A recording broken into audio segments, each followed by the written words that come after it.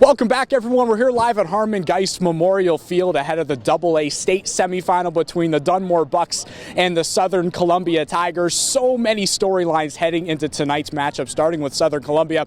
Of course, they've been in this spot multiple times. They're going for a 7th consecutive state championship if they can win tonight, and of course win next weekend. 13th in program history. They could win their 14th this season. Of course, Southern Columbia over the last few years, it's been about the offense, but over the last few weeks, it's been the defense keeping them in games, giving up just 7 points, even shutting out a couple opponents.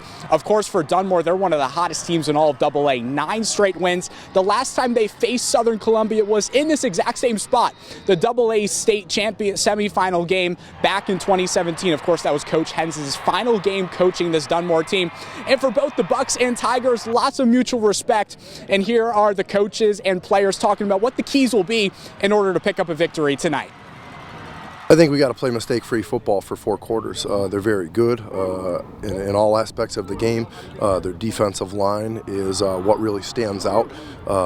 They put great pressure on the quarterback. They have very good linebackers that run the ball, and they have really good athletes in the secondary who are capable of covering receivers. They run the ball like us. They like to kill teams, the clock, wear down teams, but we're ready for them, and we're going to do the same thing to them. They're playing their best football right now. And so we're going to be challenged, but much different than last week. They're predominantly a running team like ourselves, so it will come down to playing good run defense for a number of weeks and pretty consistently throughout the season.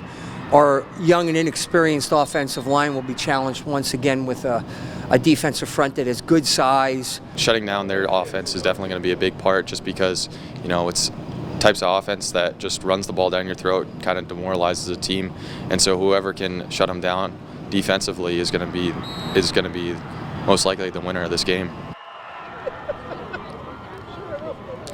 Dunmore with a win could reach the state championship for the first time in nearly a decade. Let's shift over to 4A now, and we'll see which teams can make it. Of course, one of these teams between Southern and Dunmore will be playing for a state championship next week. That's going to do it for sports. We'll be right back.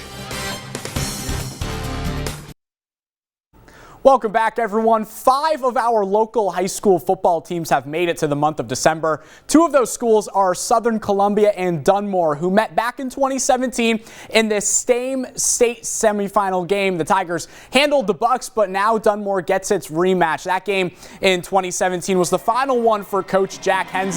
Dunmore, a 9-game winning streak heading into tonight.